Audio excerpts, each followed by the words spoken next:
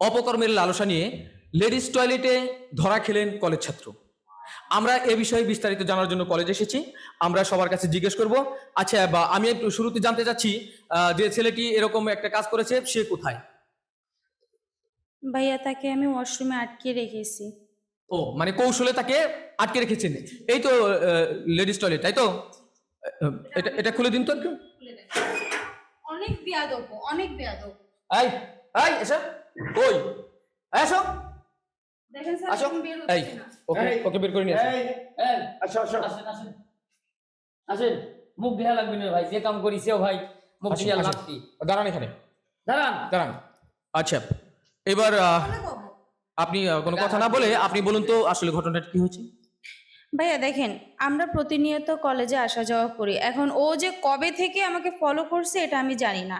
আজকে ওর সুযোগ বুঝে আমি যখনই ওয়াশরুমে ঢুকছি ও পিছন পিছন এসে আমার ভিতরে ঢুকেই জড়ায় ধরতে গেছে। তো আমি চিল্লাফাল্লা করছি, চিল্লাফাল্লা করে আমি বাইরে বেরোয়েছি। এই আমাদের খালামণি আসছে আর আমাদের এই ভাইয়া এখানে মানে সবাই আর কি খেয়াল রাখে সব কিছু। তো সবাইরে ডাকছি, ওনারা সবাই আসছে। আসার পরে ওনাদের বলছি, তো বলছে আচ্ছা ঠিক আছে দাঁড়াও প্রিন্সিপাল স্যারকে ডাকা হোক। তো আমাদের প্রিন্সিপাল স্যারকে ডাকা হয়েছে আর আপনারাও হ্যাঁ আসছেন। হ্যাঁ বুঝতে পারছি। আপনি আপনি প্রথমে দেখেছেন কি দেখেছেন আপনি? হয় সেটা কি, আমি তো ধরেন মেথর, আমি ধরেন ওই গু পরিষ্কার করি।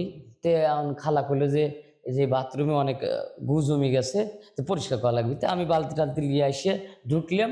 এখন ঢুকার আগেই দেখি যে চিল্লা চিল্লি হচ্ছে, চেঁচামেচি হচ্ছে। তো ঘট করে দরজা টোক দিচ্ছি, দেখা যে এই আপা গ্যাট করে মনে করেন বাইরে আসলো, বাইরে সিটকি লাগা দেখুন আপা কি হয়েছে কি হয়েছে। কয় এই তো এরকম আমার কলেজের এক ছাত্র আমাকে জড়ায় ধরছে।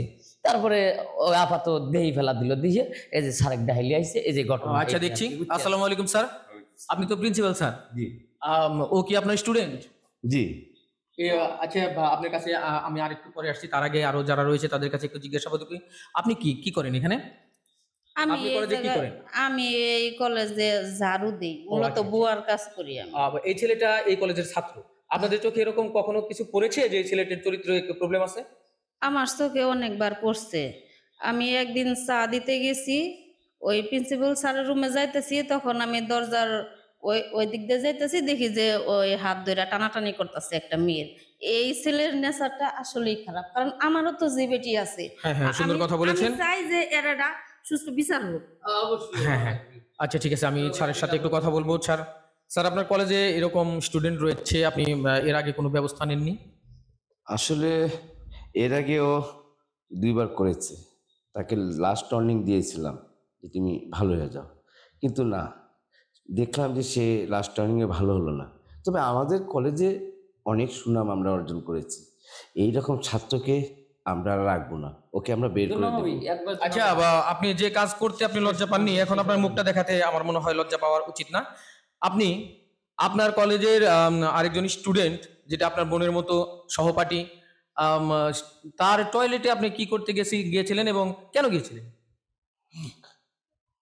আসলে ভাই ওরা আমি অনেক ভালোবাসি, কোনোদিন বলতে পারি নাই, কারণ এখানে স্যার থাকে আরো ছাত্রছাত্রীরা থাকে, ভাবছিলাম যে ভালোবাসি আপনি মানে? কয়জনে ভালোবাসেন? ভালোবাসি মানে?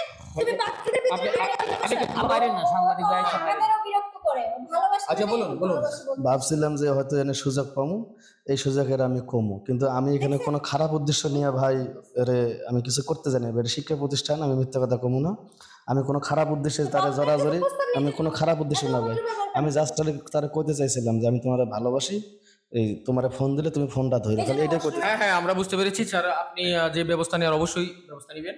হ্যাঁ, আমি অবশ্যই নিব, আমি ওনার গার্জিয়ানকে দেখাবো, তারপর পুলিশকে দিয়ে দেবো। কেন এইরকম সুপ্রিয় দর্শক, আপনারা দেখতে পাচ্ছেন এরকম কলেজের এই ঘটনাটা ঘটেছে। আসলে এটা আমাদের একটি তৈরি করা ভিডিও, কিন্তু এরকম হর হামেশাই হচ্ছে।